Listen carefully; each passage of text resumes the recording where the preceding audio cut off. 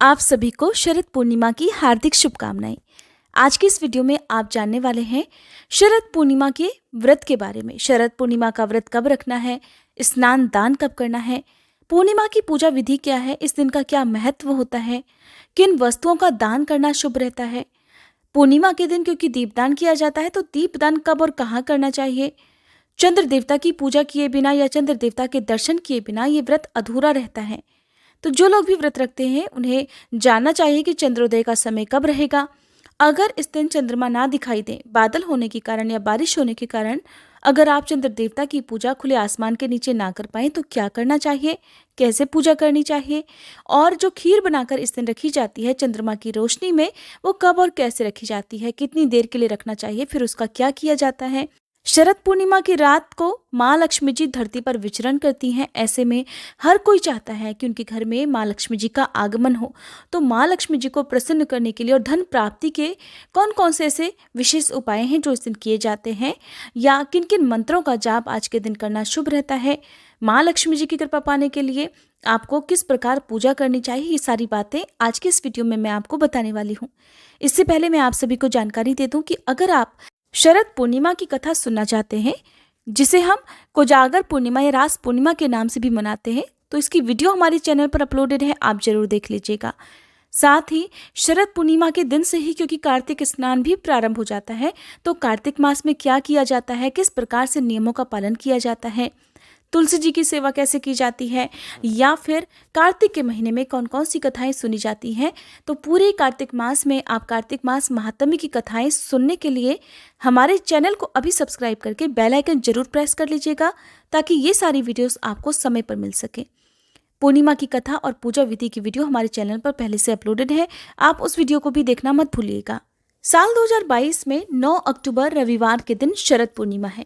आश्विन महीने की पूर्णिमा को ही शरद पूर्णिमा कहा जाता है, और इस दिन क्योंकि चंद्रमा अपनी 16 कलाओं से परिपूर्ण होते हैं, ऐसे में ये दिन अपने आप में एक पूर्णता लिए होता है। अगर आपकी कोई अधूरी मनोकामना है, कोई विशेष मनोकामना है जो बहुत पूजा पाठ के बाद, बहुत व्रत के बाद भी पूरी नहीं हो पा रही हो, तो ऐसे लोगों को शरद पूर्णिमा का उपवास रखना चाहिए। आप पूर्णिमा के उपवास भी इसी दिन से प्रारंभ कर सकते हैं।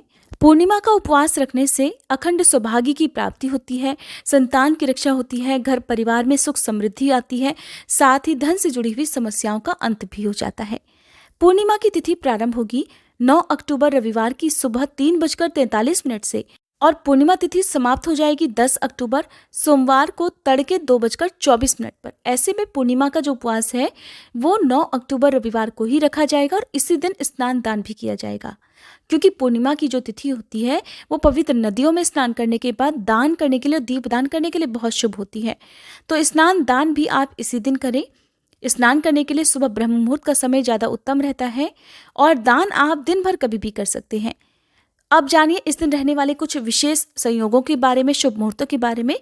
तो ब्रह्म मुहूर्त का समय रहेगा सुबह 4:40 से 5:29 तक, जिस समय में आप सुबह की पूजा कर सकते हैं, पवित्र नदियों में स्नान कर सकते हैं।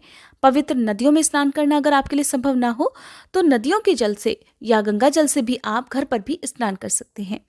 अभिजीत मुहूर्त रहेगा सुबह 11:45 से लेकर 12:31 तक। अमृतकाल का समय रहेगा दोपहर 11:42 से 1:15 तक। विजय मुहूर्त रहेगा दोपहर 2:05 से 2:51 तक।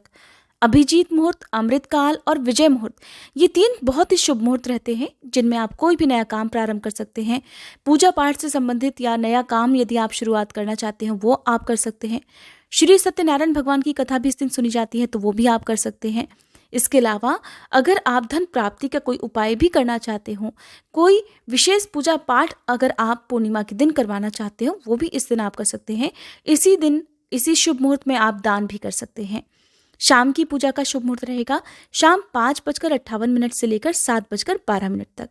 पूर्णिमा के दिन जो लोग उपवास रखते हैं उन्हें इसी शुभ मुहूर्त में पूजा करके और चंद्र देवता की पूजा करके चंद्र देवता को अर्घ्य देकर अपना व्रत खोल लेना चाहिए।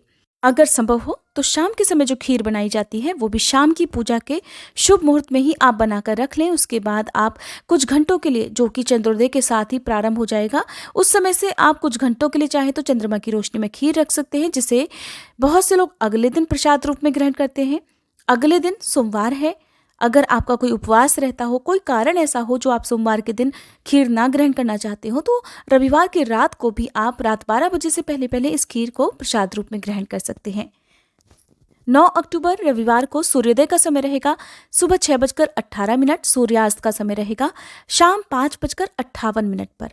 चंद्रोदय का समय रहेगा शाम 5:51 पर।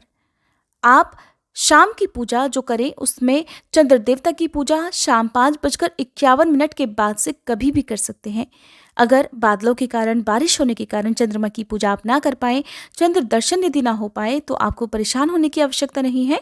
आपको बस चंद्रोदय का समय पता होना चाहिए। इसके बाद अगर संभव हो तो खुले आसमान के नीचे, चाहे चंद्र देवता दिखाई नहीं भी दे रहे हो, तब भी आप पूर्व दिशा की ओर मुंह करके उन्हें अर्घ्य दे सकते हैं और उन्हें खीर का भोग लगा सकते हैं।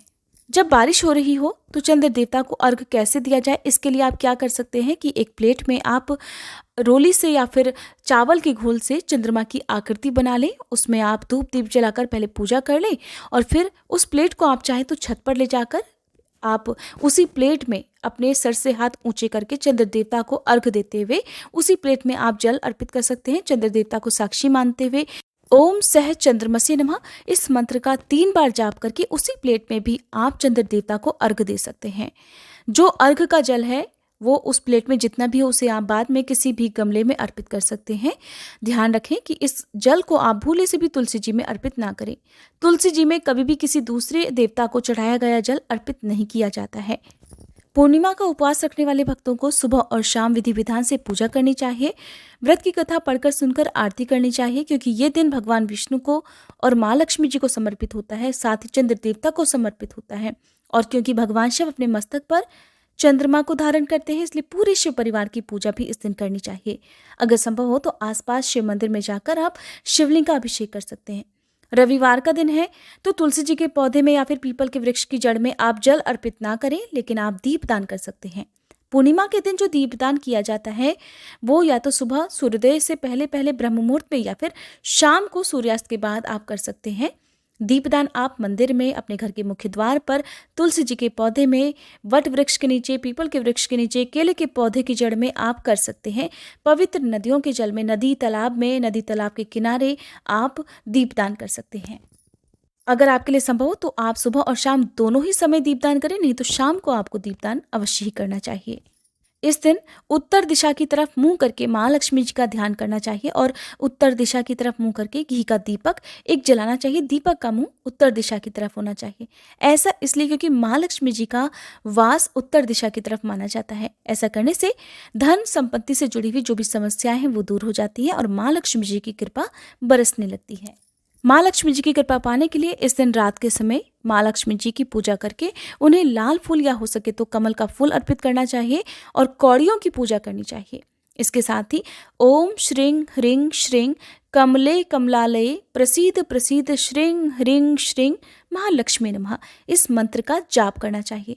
हमारी कुंडली में जो भी ग्रह हैं उनका शुभ और अशुभ प्रभाव बना रहता है। ऐसे में अगर कुंडली में चंद्र की स्थिति मजबूत करनी हो या मन को स्थिर बनाना हो, जिन लोगों का मन बहुत चंचल हो, ऐसे लोगों को शरद पूर्णिमा की रात को चंद्रमा की पूजा करके कुछ देर तक चंद्रमा की रोशनी में बैठना चाहिए और चंद्रमा को एकटक बिना पलक झपकाए जितनी देर तक हो सके उतनी देर तक देखना चाहिए और ओम ऐं क्लीं सोमाय नमः इस मंत्र का जाप करना चाहिए।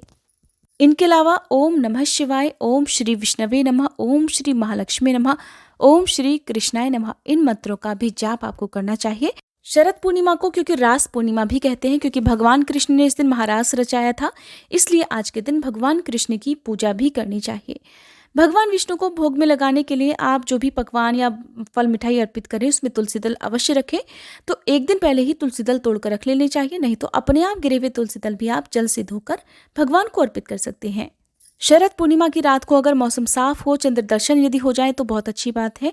अगर नहीं भी हो, बारिश हो रही हो तो परेशान ना होइए, क्योंकि जब चंद्रोदय का समय आपको पता होता है तो उस समय के बाद से आप कभी भी जो खीर है उसे हो सके तो बिना प्लेट ढके किसी खुले बर्तन में, चौड़े बर्तन में रखें, ताकि चंद्रमा की जो भी रोशनी है, किरणें हैं, वो उस पर जा सके। चंद्रोदय का जो समय आपको बताया गया है, उस समय के बाद से आप कभी भी खीर को चंद्रमा की रोशनी में रख सकते हैं। अगर बारिश हो रही हो, मौसम साफ ना हो, तो भी ऐसे में कुछ देर के लिए आप खुली जगह पर, जहाँ पर बारिश की बूंदें खीर में ना जाएं, कोई भी ऐसी जगह पर आप टांग सकते हैं, रख सकते हैं। उसके बाद आप इसे प्रसाद रूप में ग्रहण कर सकते हैं। खीर के अलावा आप मौसमी फल यदि आपके पास हों, सब्जियां हो ताजी हरी, तो उन्हें भी आप चंद्रमा की रोशनी में रखकर उन्हें अगले दिन आप ग्रहण कर सकते हैं। जिन लोगों ने कार्तिक मास के उपवास रखने हों, क्योंकि कार्तिक मास में तारा भोजन किया जाता है, एक समय भोजन किया जाता है, ऐसे लोगों को चाहिए कि सोमवार के दिन खीर ग्रहण ना करके रविवार की रात को ही, रात 12 बजे से पहले पहले खीर ग्रहण कर लेना चाहिए और अपना उपवास पूर्णिमा का पूरा कर लेना चाहिए। ये जानकारी आपको कैसी लगी मुझे कमेंट करके बताइएगा। अगर वीडियो अच्छी लगी हो तो वीडियो को लाइक करके हमारे चैनल को सब्सक्राइब करना मत भूलिएगा।